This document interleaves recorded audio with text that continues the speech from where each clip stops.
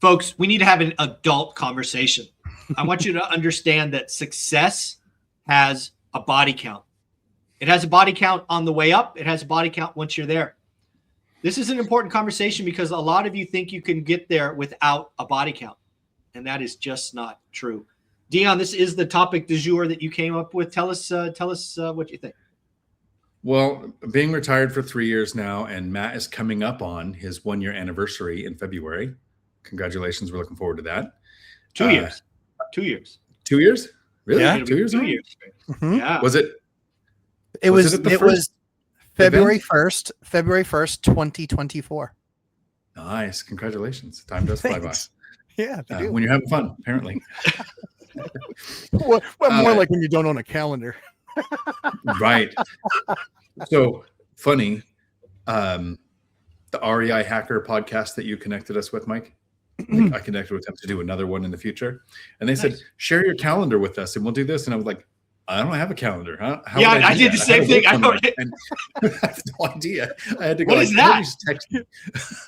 That felt funny to say, but what I'm realizing in retirement is there were sacrifices that were obvious, right? You work overtime, you live frugally, you drive an old car, you don't take vacations. I think everybody kind of understands and knows about those. But I lost the people who don't invest, who didn't want to talk about investing, who didn't understand why I was investing.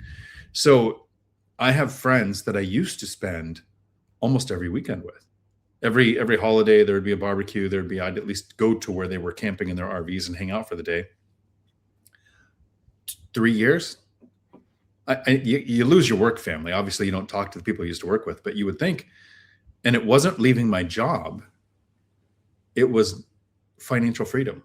It's such a barrier to the people who can't see that that's even possible. And I think that's the first body count for me is losing the people that I thought were friends because you were friends, not friends because we were all broke and able to enjoy a small sliver of time outside of work. Once you have all of the time freedom, it's a weird one. Yeah, I got to agree with all of that, right? Again, Olivia and I's journey was 15 years in the making, and we had to continually, lose people, make choices, make sacrifice, time, upgrades, spending. And yeah, it takes a body count. And then, we've been out. I mean, Olivia's been out for 11 years. I've been out for 8 years almost 8 years. And you're absolutely right. I mean, that work family was gone, not like 2 weeks.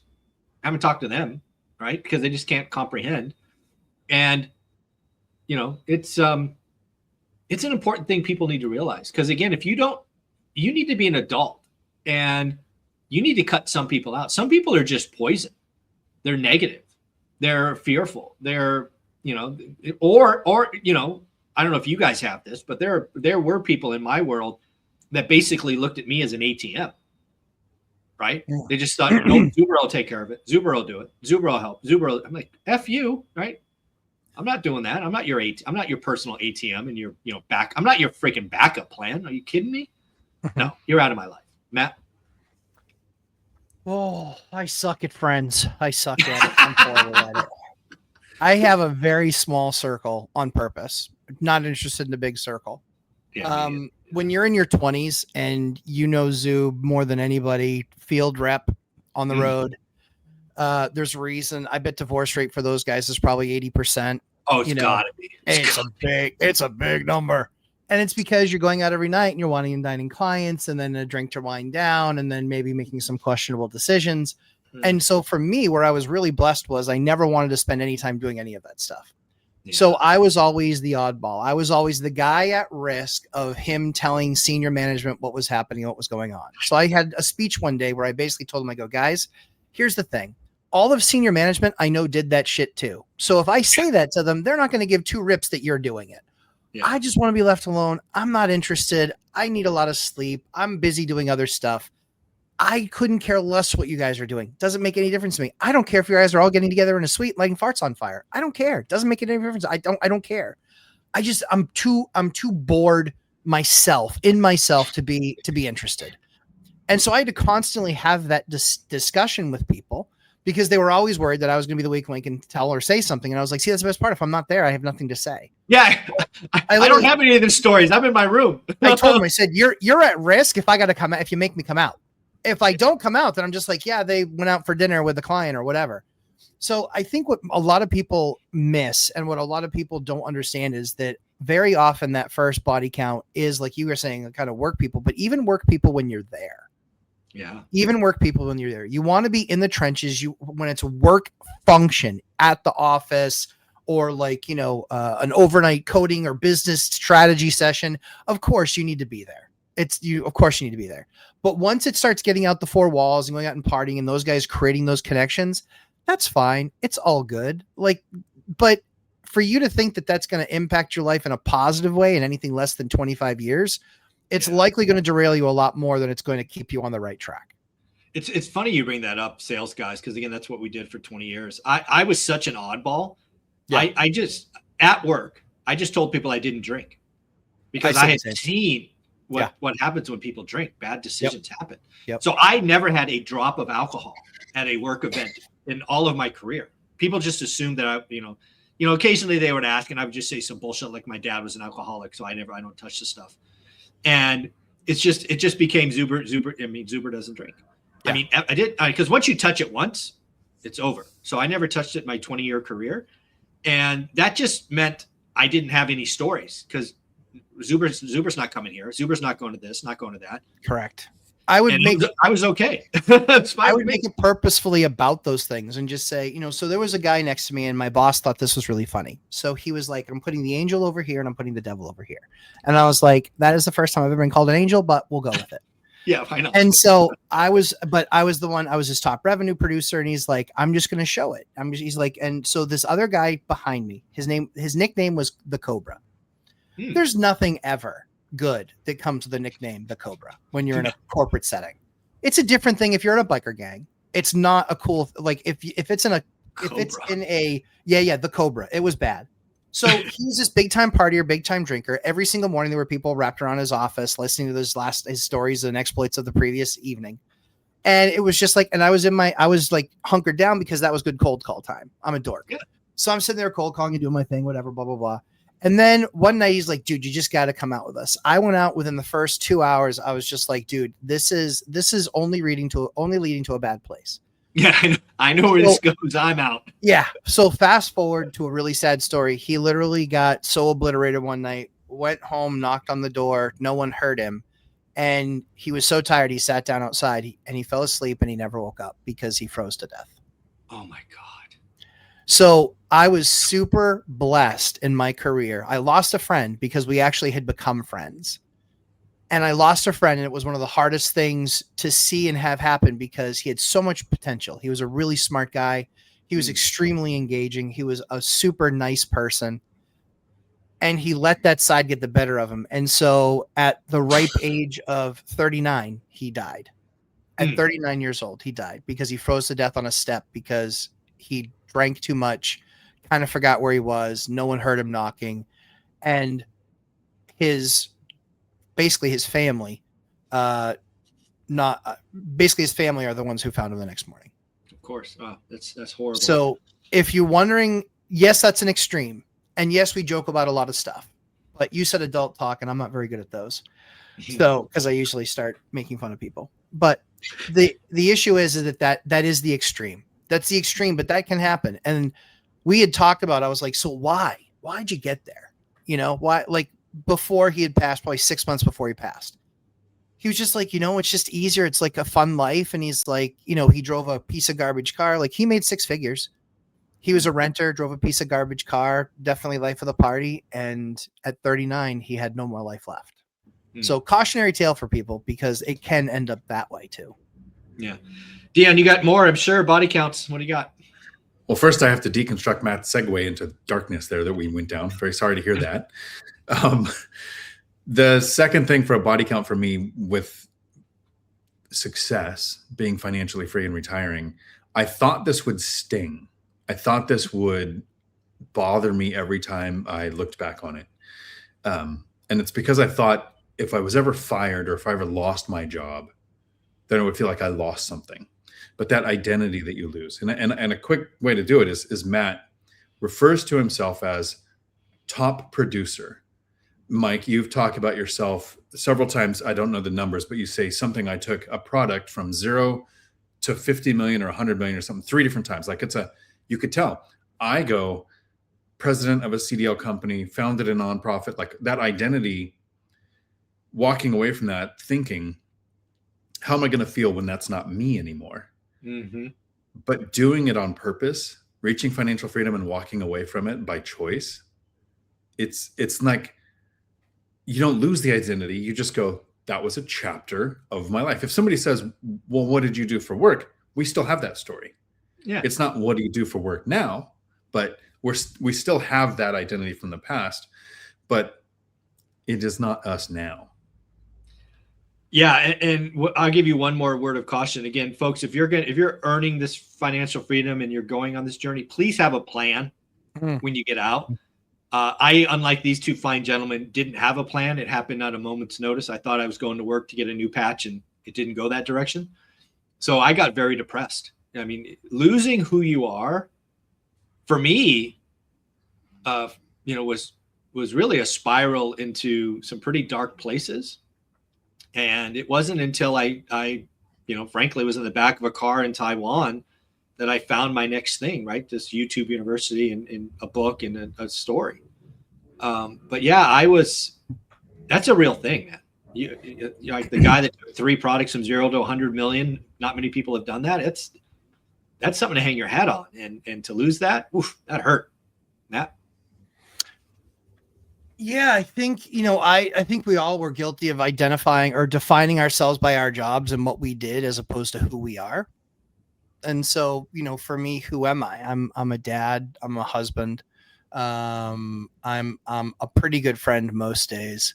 I'm a CEO. I'm an entrepreneur. Those are the things that I am, and the do part of that is usually what's not discussed a whole lot. So I think that very often, and I get it because, if you look at it for the jobs that all of us had when we left, those were all 3,000 hour a year jobs. For those people who don't really know, full time's 2,000. They were at least 3,000 hour jobs, maybe even 4,000 hour jobs. So 60 to 80 hours a week, pretty consistently. That's what our jobs were. So it's hard not to identify as your job because your job identifies your life. That's what you spend your entire life doing. So I think that people need to recognize, most importantly, just need to recognize about that part of their lives, that they need to almost reprogram their brain, which Dion's the right guy for that for them. Reprogram your brain that you aren't what you do, you are who you are. And I think that that's something that a lot of people do a really bad job of when they're trying to transition to their next thing. Because what ends up happening is the job that you have that used to define you becomes much less valuable. Yeah, love that. Dion, you got another one? I do. And to kind of put a little ribbon on that last one of losing the identity, you guys were in software sales, and there's much more to it than just putting 2 words on it. And sure. I worked in the CDO world. Zuber 2018, so you're 7 years now. Matt 2 years. And have you had the conversation, Zuber, you might have, but Matt, have you had the conversation with somebody from your work life who says something like, yeah, but you haven't done this work since 2023 and so much has changed since then, you wouldn't know what's going on. Like, it's okay too, if it's true. I mean, at the risk of offending many people, I'll still give you my answer. My answer was, yeah, but you were always dumber than I was. So it would seem like you're finally caught up. And, and so what's really funny is from the actual company, it's nobody. What I've heard, the people I've heard most from are the ones that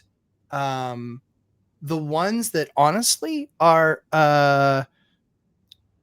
they are complimentary of my decision. Like, honestly. And they're just like, yeah, I have a buddy of mine, our tracks were right next to each other, and he chose startups and I chose, smaller companies so I could have more control of my results. He continued to choose startups. he did so many of them. One or two of them was okay, like made a decent exit, but not crazy. And then the rest of them, it's been I said to him, I said, you live twice the life that I have because it's that much more work doing what you did. And he was like, yeah, honestly, probably if I had it all over to do, if I had to do it all over again, I probably would have taken the safer path like yours. He's like, cause yours, you were able to get off the tracks, and he's 6 years older than me. And so he sees it now. He's like, but now he's looking for a job, and he's like, and I want to be done at 60 or 62. I recognize that I'm going to have to take some of the money that I have and transition into investing actively to then create a lifestyle that will take care of me passively. Yeah. And to Dion, to your point, I've had no conversations with anybody from work probably since a month I left. And I also think a lot has changed in my world. So it's probably true. And I'm okay with that. I could probably not step into the senior leadership, CX level that I left. Right? Yeah. In 60 days, you'd be back on. In 60 days, you'd be back on because you would have you in 60 days, you'd either be back on or you'd quit. Yeah, exactly. The quit thing is most likely for all of us. Yeah. So the last one I'll wrap up with, we've talked about a lot of the things that we lose in financial freedom, in success, identity, work, family, friends. But to get here, the one thing you're pursuing is the thing you have to give up. And that's your free time. So when we start investing, most of us have a job, right? That's the majority. There are some entrepreneurs out there, but I mean, we have a W-2. So that's 40 to 60 hours a week, whatever your schedule is, your commute. You have life, right? You got workout, shop, cook, clean, kids, whatever you're taking care of. You get some time that's yours. And for 5 to 10 years, that time that's yours has to be, I'm looking at deals. I'm studying the market. I'm talking to investors. I'm networking. I'm making offers on deals. I'm working on a weekend on my thing. I'm painting the section myself because I don't think I can afford a handyman yet because you haven't learned that trick yet.